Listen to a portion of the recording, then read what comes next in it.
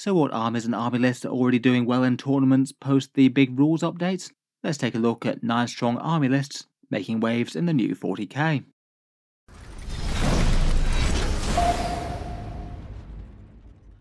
Hello and welcome back to Auspex Tactics, where today we're talking about some of the things that are doing well post the big Dataslate updates. The events of last weekend had some of them using the new points and rules. It's always kind of interesting to see which of the top dogs are still doing well despite nerfs, and which of the armies that Games Workshop has buffed or messed with the internal balance of might have either risen to prominence or discovered new ways to play. In this video I thought we'd just take that and take a look at 9 army lists from 8 different factions, and just have a quick look at what's been doing well in this post-Dataslate world, focusing on a few event winners and then a whole bunch of lists that went 4-1 or 4 wins and 1 draw at big tournaments. At this point, most events have still been using the old rules, given that they were just updated literally the few days before the weekend, but a few decided to opt to switch to the new points, and despite having really very little data compared with what you'd normally have after a few weeks of gameplay, it still looks like there's maybe a few hints as to what might be to come. Kind of as expected, Necrons are looking very good indeed. They do seem at least somewhat dominant, though I feel like most people were perhaps expecting that, given that they were one of the strongest armies before and basically all their rivals got nerfed. Drukhari seem to be the army that have most notably risen up the ranks. They won one big event and placed well with another one. Their Sky Splinter Assault does indeed seem to be the way that people are choosing to run them, and have certainly got way scarier. Aeldari still seem to be doing alright. Aeldari still seem to be doing absolutely fine, winning the biggest event of the new rules and placing okay in others. Again, I did feel like they were an army that still have good options to fall back on, even when a bunch of the top stuff gets nerfed once again. Otherwise, just for a few more minor successes of the weekend, Custodes, Orks and Death Guard all seem to be doing okay. Chaos Space Marines and World Eaters being conspicuously absent from top placings so far, 2 of the factions that were previously very present in them, but seem to get some heavy nerfs. In any case, in this video I thought we'd talk through a few of the armies that have been doing well. As mentioned, I thought we'd mainly take a look at different armies from different factions, though I did include 2 Necrons lists just due to how present they are in top placings. Starting out with the Drukhari, I feel like a lot of people were interested to see how they do with their interesting points updates, the pain token boost, and perhaps most impressively the Drukhari Sky Splinter Assault formation. I did make an entire video on that, and perhaps the single scariest thing out of all the nasty tricks is that you can have units just charge spectacular distances outside of a raider, delivering something like 10 Incubi or 10 Witches to the other side of the board, and getting Lance melee when they get there for their trouble. Looks like someone already managed to win an event with them. This one's by an AMA, using it to take first at FWC 40k GT, going 4 wins and 1 draw it would seem. As you'd expect from the formation, it's got a very heavy focus on transports, 4 Raiders with Dark Lances, 1 Venom and 1 Ravager for a bit of fire support. In the Raiders it looks like there's Lilith Hesperax with 10 Witches, very blendy with her boosts, plus Lance and maybe a pain token to back that up. And then there's 2 Archons as well, one with Spiteful Raider and one with the Nightmare Shroud. The Nightmare Shroud protects their unit against Overwatch, and it feels like it'd be a good pairing with the Incubi to stop them getting shot up on their way into combat. And Spiteful Raider I think is just a points filler that allows you to gain a pain token if you kill an enemy on an objective. Definitely not impossible. Not sure if the second Archon's joining the small Incubi unit or one of the Cabalite squads. Otherwise though, there's 2 units of 10 Cabalite warriors. They have the option to jump out to get Ignore's cover if it makes sense, plus have a interesting damage dealing stratagem that can make them genuinely quite scary with an Archon attached. That smaller squad of Incubi, maybe in the Venom perhaps. 2 units of 5 Mandrakes for their forward deploy and fade away being good secondary support. 3 units of 3 Reavers with their new lower 60-point cost with their Heat Lance and Caltrops each. 3 Scourges with their jump shoot jump Dark Lances, always very efficient anti-tank and annoying to get to grips with. And a tough and durable Kronos Parasite engine, never really a particularly bad choice just due to its raw defense, even if it doesn't do as much in terms of damage. Overall looks pretty terrifying. You can charge a massively long way and do some brutal damage when you get there. Really quite fun to see Drukhari actually having interesting melee lists and them having a lot of strength. Otherwise though, it does look like their Craft World cousins are certainly not out of the running. To be honest, I wasn't really expecting them to be. The nerfs that they took did hit a few of their absolute tournament staples, but there was plenty of stuff that's commonly played that wasn't touched, and they do have plenty of options to fall back on. This army list was run by Cullen Byrne, using it to take first at Captain Con GT, a 53-player event, and perhaps the most interesting thing out of this one is that you have 3 different squads of 5 fire dragons, each armed with a fire pike, seeming to be jumping out of 3 Falcon Grav tanks, with the Bright Lance, Shuriken Cannons and Pulse Laser. Pretty powerful anti-tank punch there, particularly given the rerolls that the Falcon can give you. Otherwise, beyond that, there's a Lone Autarch, not taking the Lone Operative version, but instead just having the Phoenix Gem to defend him against maybe a bit of opportunistic Ignore's line of sight. He can farm some CP and still be a nuisance unit. There's Fugan, who still works absolutely fine just by himself, and is a good choice for some very dangerous Fate dice. Illic Nightspear appears to be leading a big unit of 10 Rangers, dangerous damage to threatened characters when there's that many of them, and being able to have Lone Operative style protection for the unit again is very disruptive. There's Karandras probably leading that squad of striking Scorpions, fairly mighty melee that can start in the midfield, and a Lone Solitaire with its blitz attack to move very quickly and hit the enemy hard, plus being a fast Lone Operative is just generally handy. Then beyond that, we've got 2 big units of 6 Shroud Runners. I feel like they were a unit that I was kind of surprised that Aeldari players didn't make a bit more use of, but maybe they're coming through when a few of the other tournament staples get nerfed now. And otherwise a bit of fast-moving objective support with some swooping hawks, and the same for a big unit of warp spiders. That unit of 10 of them could jump a very long way, then absolutely mess up some enemy infantry. Pretty scary stuff with all of those death spinners. In any case, winning a tournament straight out of the bat right after the balanced data slate shows that they haven't really gone anywhere too far in terms of tournament winnings. I still guess that Aeldari are going to be one of the stronger armies out there, though probably not the single top one at the moment. I suspect that crown will go to Necrons. Speaking of which, the Necrons had multiple good placements at just about all of the events, lots of lists winning 4 games or more. Coming second at that Captain Con GT was this one by Casey Glynn, who also won 5 games out of 5. I guess only beaten out on score differential. Hypercrypt seems to be the more common competitive way to play Necrons now. I guess between the devastating Wounds and Mortal nerf that the Canoptek court took, plus the success of the LVO, definitely encourages the Hypercrypt a bit more. These are the Necrons that can phase on and off the board. It can be nice to get Katana up and close, and this one does have a monolith with the death rays for the big jumps that you can do, and powerful 2 CP movement shenanigans that you could turn on in a pinch. In the list there's Luminor Seraz, who's very nice to buff a core of Immortals with extra AP or worsening AP, Imitate the Stormlord in one of those units, farming some command points himself, 2 Chronomancers for the move shoot move shenanigans, plus one has Dimensional Overseer and one the Osteoclave Fulcrum for gaining Deep Strike, and there's a Plasmancer with a Risen Tyrant. When that squad is set up on the board, they get some big rerolls, very nice with Immortals, perhaps particularly the Tesla. Otherwise there's 2 units of Scarab Swarms, nice cheap chaff, 1 unit of 5 Death Marks, which are quite nice in Hypercrypt with their unrestricted Deep Strike, 3 individual Locust Destroyers, which are nice placeholder type units just for annoyance and their damage isn't awful. The Monolith takes Death Rays, and then there's the ever-popular Catan Shards of the Nightbringer and Void Dragon, just loads of raw defense, damage and might, and their slow movement mitigated by being able to teleport them, potentially just outside of 3 inches of the foe. Overall pretty scary stuff. Necrons do look like one of the armies to beat, and I feel like this one's a pretty reasonable representation of what quite a few people are running at Hypercrypt. Sticking with the Necrons though, here's just one example of a Canoptek court list that did well, this one by someone called Willow, using it to take second at that FWC GT, going 4 wins, 1 draw and no losses. Canoptek Court is the one with the power matrix, allowing you some big rerolls to hit if you can expand that out to the midfield, and Wraiths are the perfect one to do that. Big tanky units to have on the front lines with their Technomancers.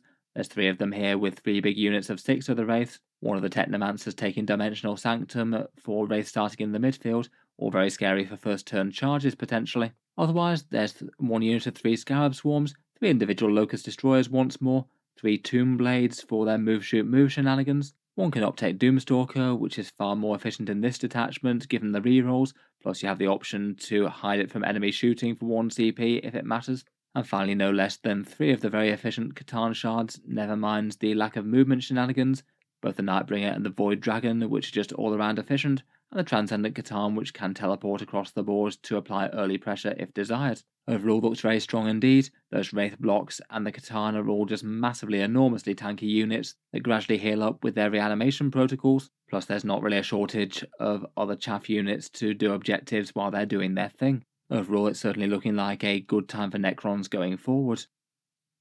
Moving on to the Greenskins, and the Orks had a little bit of success this last weekend as well. This list by James Watkins placed high at that Captain Con GT, 4 wins to a loss at this one, and broadly speaking it doesn't look like it's maybe changed too much given the Ork points changes.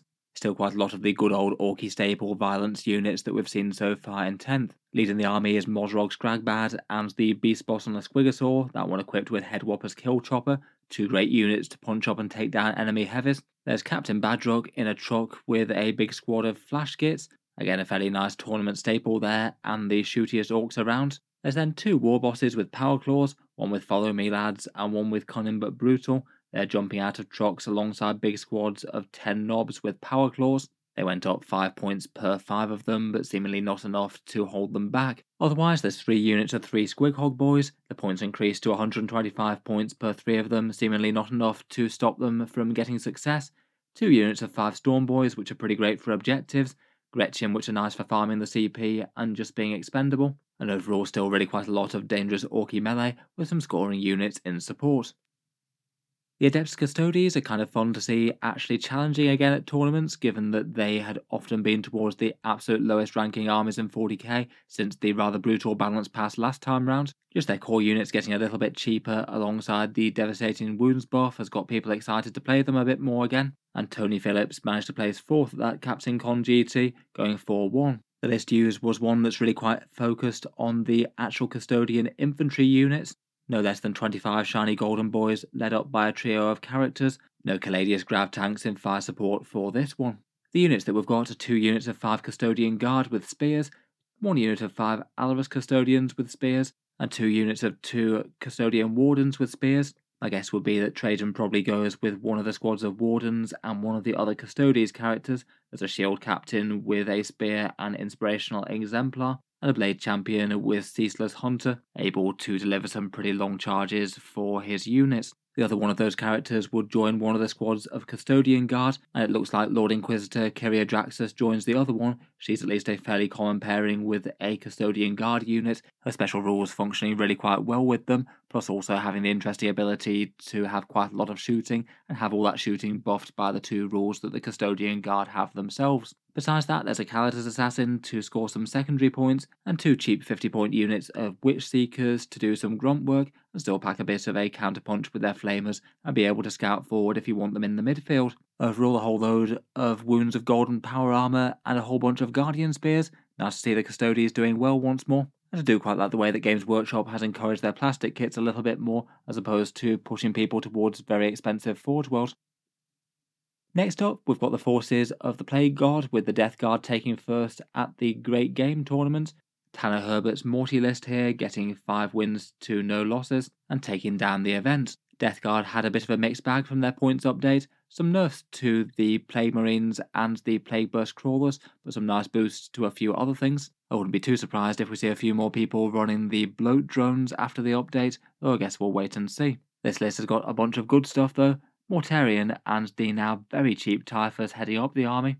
Mortarion had his Ignores Modifiers rule to be clarified, and for it to be quite powerful against AP and damage debuffs. Typhus seems pretty much auto-include at 80 points for the sheer rage and mortal wounds that he can fire, and he's also joined by 2 sorcerers in Terminator armor, looking like they're leading the 3 squads of Death Shroud Terminators, and already pretty good units that got 5 points cheaper, all the way down to 120 points. Otherwise, there's 2 Rhinos full of Plague Marine goodness, 2 units of 10 Plague Marines with maximal heavy plague weapons and plasma guns, and they're joined by 2 Foul Blight Spawns and 2 Biologist Putrefiers, despite the nerf to their grenade ability. I guess it's a little bit less likely that you want to spam 3 of the Putrefiers now, but they can still belt out a whole bunch of mortal wounds at close range. Overall, they're still very dangerous units with good objective control, and it seems that the points nerfs haven't been enough to stop them doing well. Otherwise, there still are some allies in attendance here. 1 unit of 3 Nurglings, which I still think at 40 points is absolutely fine to take the midfield, and 2 Wardog Brigands for a little bit of fire support. They're equipped with Havoc launchers, and still seem to be tempting enough despite going up to 170 points, though I wonder if the armies that were running those might be a little bit more tempted by things like the Bloat drones and the Blight Haulers given the price increase. Overall, they looked pretty fun. Nice to see Mortarion out and about, not surprised to see Typhus or the Death Shroud at all, and the list perhaps a little bit less focused on Plague Marine spam. For Chaos Knights, this list by Alex Henderson took second at that tournament, going 4-1. I think the only loss was to the Death Guard. In the updates, the Chaos Knights had a small nerf to the Wardog Brigands that we mentioned, going up to 170 points, and then mostly besides that, it was just a massive points decrease and a whole bunch of the Titanic Knights though it seems that the army of choice has still been Wardog spam for this placing list. Here we've got a Wardog Stalker with Aura of Terror. He takes a Slaughterclaw and Chain Cannon. There's just the 3 Brigands, now they're 170 points. Looks like maybe it's a bit more tempting not just to spam those, now they cost more. There's 3 Wardog Huntsmen with the Chain Talon, Demon Breath Spear and a Melter Gun for getting in close, and 6 of the remaining very brutal and very efficient Wardog Carnivores at 140 points, massive melee might, still very cheap, and taking the heavy stubbers. My guess would be that for Chaos Knights we will see a few more competitive lists that take at least some of the Titanic Knights along. They did get a significant boost compared with where they were before, though it does look like Wardog spam is still an absolutely acceptable way to play. It's not like it really increased in all that much cost from the Brigand nerf. Finally, we've got this army from the Leagues of Votann, who placed 3rd at that Great Game tournament, going 4-1 once more, this one by an Isaac Terada. Leagues of Votann had nerfs to the Brockir Thunderkin, the Einhir Hearthguard, and the Sagittor. Perhaps the Einhir Hearthguard coming off a little bit lighter than I might have expected. It still seems that they're considered to be pretty great, as this list builds around 2 enormous units of them with the Vulcanite weapons, the Concussion Gauntlets, and a hammer on the Hesir, and each of those units is headed up by an Einhir champion, one with a Darkstar axe and one with a mass hammer. Otherwise, the Sagittors are still out in force. 2 units of 10 Hearthkin warriors are presumed being split a bit to fill up those Sagittors, the transports getting the high las beam cannons for some focused anti-tank. I'd guess that perhaps the Hearthkin squads are getting split in half each by those, and the other half of the 5 of them starting on the board maybe, and then the Chthonian Berserks getting into the remaining ones, both squads taking Mauls and the Maul Grenade Launcher. Otherwise there's 2 units of 6 Hernkin. They both take the standard weapons plus 2 copies of the High-Las Rotary Cannon for a bit more anti-infantry spam. I guess since the points update I'm not really too surprised to see a bit more focus on the Berserks and the Hernkin compared with most lists before. Overall maybe not the worst update for the Leagues of Votann ever, it still seems that they're fairly viable, maybe a little bit more mid-tier than they were before, and perhaps the index just a little bit better internally balanced. I wouldn't be too surprised if we see a few more Hexaton land fortresses instead of Sagittors, as people continue to experiment and adapt their lists. In any case, definitely interesting to take a look at what's doing well in the new meta so far. Obviously it's very, very early days at the moment, and a lot of people wouldn't have had the opportunity to truly adapt armies or get models together or things. I'm sure we'll see plenty of other interesting developments as more events happen. Let me know your thoughts on the armies or any other insights as to how they might have been played that I've missed. Always look forward to hearing your comments down below. If you've enjoyed the video, then feel free to subscribe to Auspex Tactics. I'll certainly keep the regular 40k videos coming. I do tend to post new ones just about every day. Finally, if you have been enjoying all the videos on the channel, I would just like to mention that Auspex Tactics does have a Patreon page as well, and you can find that linked in the video description if you'd like to help support and keep these videos coming. Channel patrons do get a fair few advantages, seeing certain videos early, regular votes to see what sort of things happen next on the channel, and automatic entry into the regular prize giveaways with a chance to win some big model kits each month. If any of that sounds good to you or you'd just like to help support, the link is down in the video description. In any case, a massive thank you for listening, and I'll hope to see you guys next time.